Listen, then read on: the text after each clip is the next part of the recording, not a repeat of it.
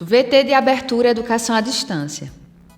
Diferentes formas geométricas se movem, cortadas pelas cores azul, verde, amarelo e vermelho. Se transformam na logo da Escola Técnica Estadual Professor Antônio Carlos Gomes da Costa.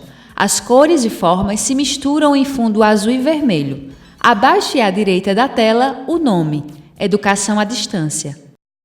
Curso técnico em Biblioteconomia, Comunicação intra e interpessoal. Identificar as influências da comunicação no comportamento das pessoas. Mariluce Ferreira. Descrição: ela está em pé no centro da tela, é branca, cabelo na altura do ombro, cacheado, castanho. Olhos castanhos, veste blusa azul, manga curta, estampada. Usa relógio no braço esquerdo, brincos e colar, visto da cintura para cima. Descrição do ambiente: ao fundo da tela, da esquerda para a direita, uma parede com listras na horizontal, na cor azul. No centro, um círculo com fundo lilás. Dentro, ícone de tablet, na vertical. E ao lado, livros. E o nome do curso abaixo: Biblioteconomia. Na sequência, parede com desenhos de ícones de educação. Hi student, today we are learning about communication. Are you ready? So, let's go! Você entendeu alguma coisa que eu falei? Você domina outro idioma?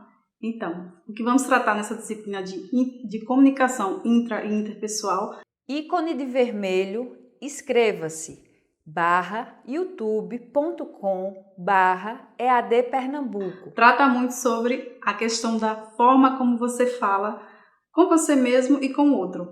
E essa fala na qual eu estou tratando com outro idioma torna a minha comunicação caótica. Slides com desenhos de duas pessoas trocando informações, como em nuvens de diálogo. Com falhas, porque a minha mensagem não consegue chegar ao receptor. Então, é disso que vamos falar hoje. Tipos de comunicação, formas de comunicação. E, antes de tudo, é preciso entender que a informação é preciso que ela aconteça sem esforço, de forma clara e, portanto, ela deve ser lógica no seu discurso. A comunicação é uma linguagem e entenda-se aí linguagem como várias formas de expressão, inclusive a nossa forma de lidarmos com o mundo através de gestos, de expressões faciais, por exemplo. A comunicação, ela nos possibilita viver no mundo de uma forma mais assertiva, a negociar a nossa vida no mundo, E ela nos revela também quando a gente articula ideias, quando a gente coloca nossos pontos de vista, nossas opiniões e quando tentamos dissuadir, persuadir e convencer uma pessoa. A comunicação é, acima de tudo, uma relação entre pessoas, uma troca de informações e, como eu já falei, tem que ser de uma forma clara. Os conceitos de informação, os conceitos de tipos de informação estão bem mais aprofundados no e-book, tudo bem? Existem vários tipos de comunicação, sendo duas principais, a comunicação verbal e a comunicação não verbal. Na comunicação verbal, incluem-se a oralidade, a comunicação oral e a comunicação escrita. Esses conceitos, assim como o conceito de comunicação, lembrando a você, estão muito mais aprofundados no e-book. Aqui vamos apenas fazer umas listagens, certo? Então, além da comunicação verbal e a não verbal, que diz muito mais respeito à nossa questão, à nossa posição, a nossa forma de agir no mundo, ao nosso comportamento, porque nosso corpo fala de alguma forma, existem vários outros na literatura tipos de comunicação, como por exemplo, como já citei alguns, oral, a comunicação escrita, verbal, não verbal, a linguagem de sinais também, a linguagem sonora, audiovisual, imagética, digital, a comunicação científica e empresarial. No ambiente corporativo, você tem que ter uma forma de falar que é diferente como você fala com seus amigos, com seus pais. Você ali não pode estar usando gírias ou vícios de linguagem. A linguagem formal e informal, como já falei, no ambiente corporativo se usa a linguagem formal. A informal, com seus amigos, no ambiente social ou no ambiente doméstico. A comunicação não violenta também é um conceito muito trabalhado na literatura. E a figura que mais ilustra esse tipo de comunicação é Gandhi, que ao invés de somar guerra com guerra, ele soma guerra com paz. Então ele tenta vencer uma guerra com um posicionamento pacífico. Então, isso também é comunicação não violenta. E no ambiente de trabalho, a gente pode utilizar essa comunicação na nossa forma como nós falamos, a nossa entonação, o nosso tom de voz, a nossa forma de olhar o outro, a nossa forma de termos empatia, tudo isso é comunicação não violenta. A comunicação fluida e a comunicação caótica também. Quando eu comecei a falar e você não estava entendendo porque eu estava com outra linguagem, em outro idioma, eu estava usando uma linguagem que não chegava até você, então ela não era fluida. Porque a mensagem ela só pode ser clara se quem vai receber está pronto, para entender essa forma de linguagem. A comunicação intra e interpessoal, que é o que estamos tratando aqui como um todo. Esses tipos de comunicação, é muito importante lembrar, eles se entrecruzam, eles dialogam entre si, porque no dia a dia nós escrevemos, nós lemos, nós falamos, nós digitamos, nós ouvimos, nós gravamos, então são linguagens que estão no nosso dia a dia. A comunicação intra e interpessoal é a comunicação que nós vivenciamos no dia a dia. A intrapessoal é o nosso diálogo interno, os nossos pensamentos, as nossas intuições, o que nós criamos como crenças, formamos pensamento, opiniões sobre as pessoas antes de nos expressarmos, e também o nosso gestual, a nossa forma de nos comportarmos. A interpessoal é justamente a aplicação dessa comunicação, a forma como nós lidamos com o outro no ambiente social, profissional, corporativo, no ambiente doméstico. Isso vai dizer muito do que nós internalizamos enquanto crenças, e nossa linguagem ela é como uma criança. Ela está emburrada, chateada, com raiva, ela faz esse gesto, ela cruza os braços, ela bate os pés, ela faz biquinho. Isso é uma linguagem corporal, o corpo fala, lembre-se sempre dessa frase.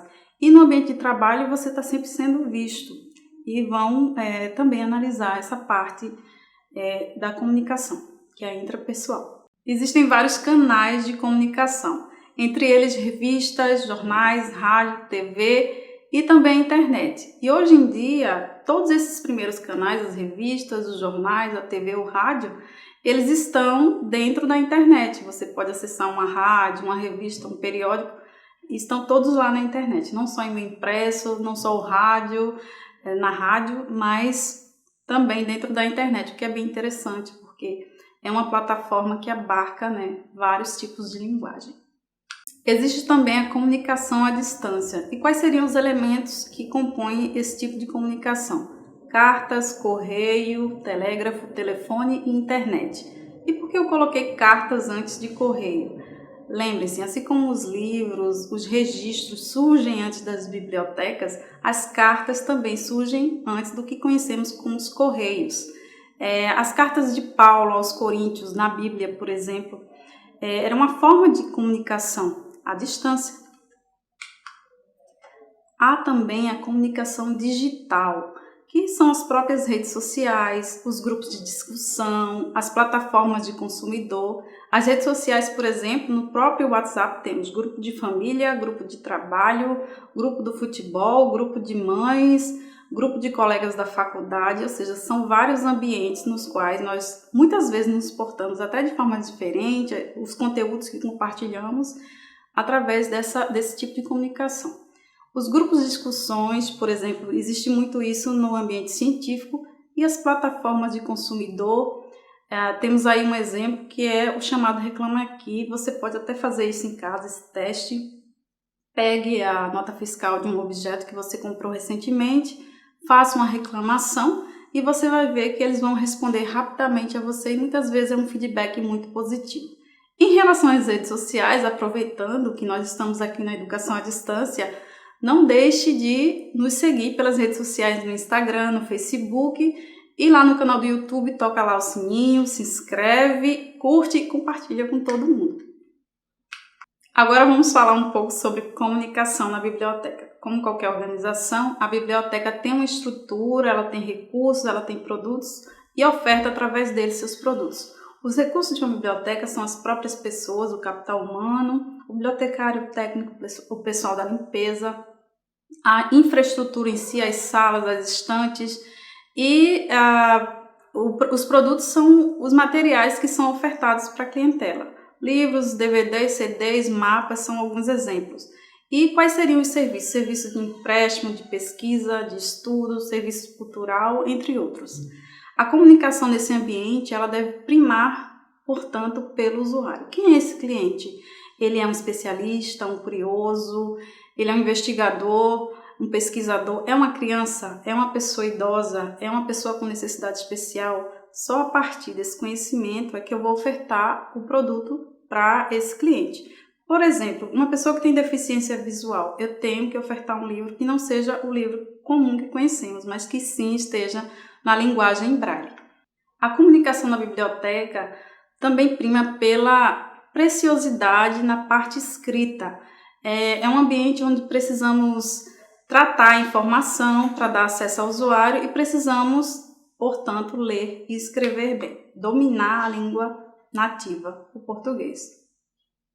É preciso, portanto, atenção quanto à elaboração de documentos como as listas de títulos, fichas catalográficas, índices temáticos, relatórios, indexações, os sumários, os e-mails, os catálogos, os comunicados, ou aqueles ofícios internos que muitas instituições têm, as sinalizações, é muito importante também, panfletos, cartazes, os convites para eventos que a biblioteca porventura venha fazer, os avisos e também escrever legendas de fotos, né, que aconteçam, eventos que vão acontecer e que sejam postados no site ou na rede social da biblioteca. Então você tem que saber escrever bem, porque você está sendo ali avaliado também. Quando o seu superior vai pedir para você fornecer esse documento, é importante que você faça uma revisão. E aí vai uma dica: sempre que você fizer um texto, por mais interessante que ele esteja, é muito bom você ter uma segunda opinião.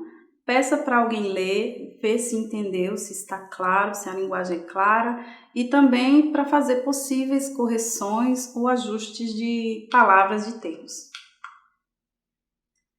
Ainda sobre essas habilidades que podemos desenvolver para atuar no ambiente da biblioteca, é muito importante ter um extenso vocabulário. E a leitura ajuda muito nesse processo. Saber pelo menos o básico de uma língua estrangeira, por exemplo, na área de saúde, é muito exigido de nós que coloquemos informações ali dos livros no sistema. E muitas vezes fica meio confuso para a gente, porque há muitos autores e muitas vezes é complexo a forma como vemos o nome deles, porque não estamos acostumados. E aí, quando temos pelo menos uma base da língua, fica muito mais fácil identificar a melhor forma de colocar essas informações no sistema. E aí eu vou dar uma dica muito especial para vocês, que é vocês procurarem, pesquisarem, baixarem alguns aplicativos de idiomas em casa e estudar em casa mesmo, fazer essa prática. Outro ponto muito importante para você desenvolver uma habilidade de falar, de se comunicar melhor no ambiente corporativo, é você aprender a falar bem. Cursos de oratória, ler para crianças. Veja só, quando você lê para uma criança, você tem que dramatizar. Você tem que traduzir para ela uma palavra que porventura ela não entenda. Então isso é muito importante, porque é um treino para você. Você também aprende nesse processo.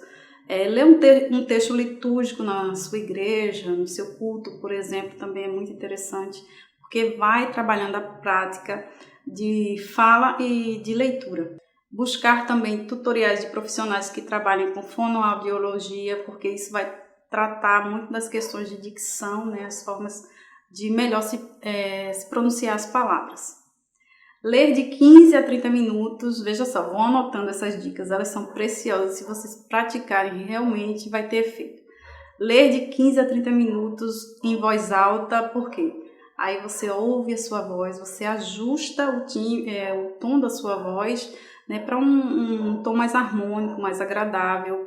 Cantar em outro idioma, isso vai trabalhar várias áreas do seu cérebro, treinar você para aprender melhor outra língua. Ler e escrever sobre temas que você goste, quaisquer que sejam esses temas, e você faz um texto de 10 a 20 linhas por semana. Esse treino vai fazer com que você desenvolva, né, a prática da leitura e da escrita muito mais fluidamente. Procurar também aprender de 2 a 4 palavras novas por mês. E para fixar esse aprendizado de palavras novas, você pode colocar frases, escrever textos que façam com que você consiga fixar melhor esse novo vocabulário. Também outras dicas importantes é você filmar a si mesmo. Isso mesmo, você se filma falando sobre algum assunto de 3 a 5 minutinhos.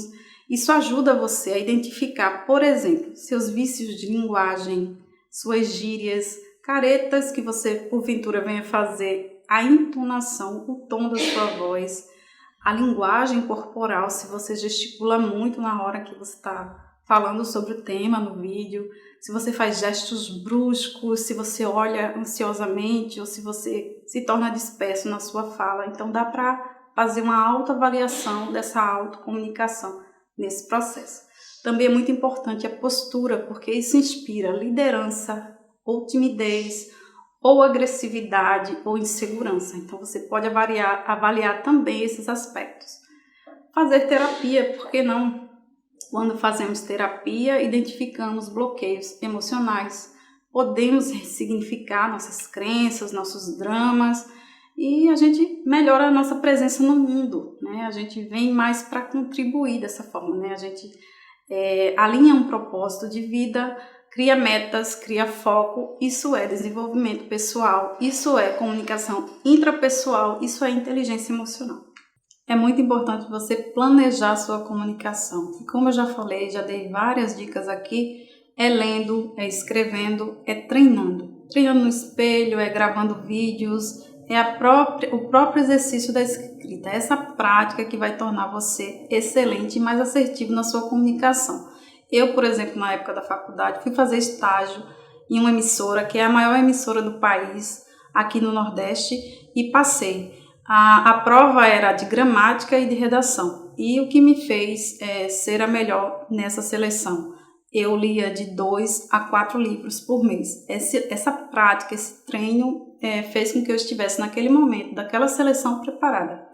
E você tem que lembrar, você não nasceu em um dia, tudo é processo, e você vai aprendendo aos poucos. Esse treino, essa prática, ela tem que ser cotidiana. Então, crie estratégias e prazo de melhorias, né? Iniciar um novo estudo em um novo idioma, aprender sobre uma nova cultura, assistir palestras e ali anotar o que aquele palestrante está falando, como ele está falando, quais os pontos que ele tratou, em que momento ele foi mais assertivo na sua comunicação, entre outros pontos que você pode avaliar.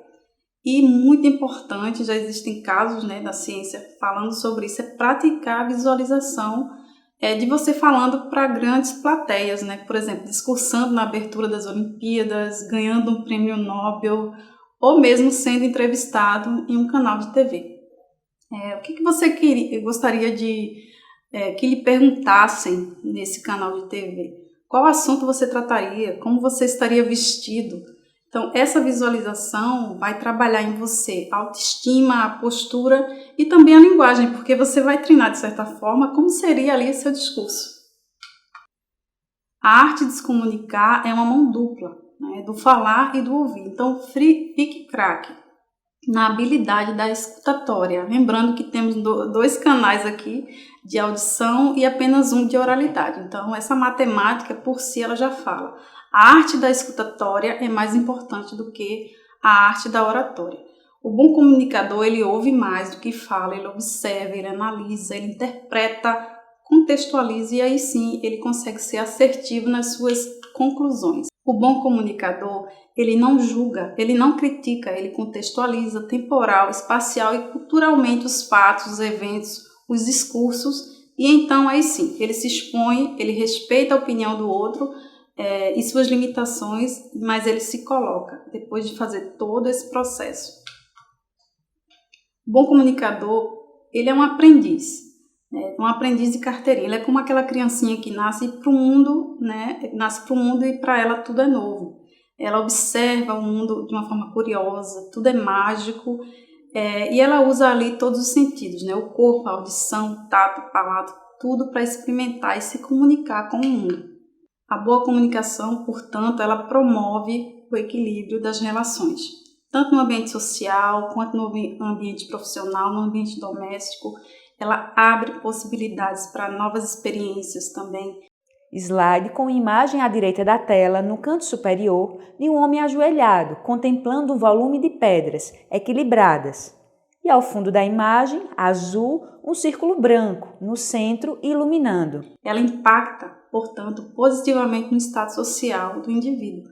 Ela oportuniza que surja do ser sua melhor versão, consciente, engajada, comprometida mesmo, e satisfeita com seu papel social no mundo.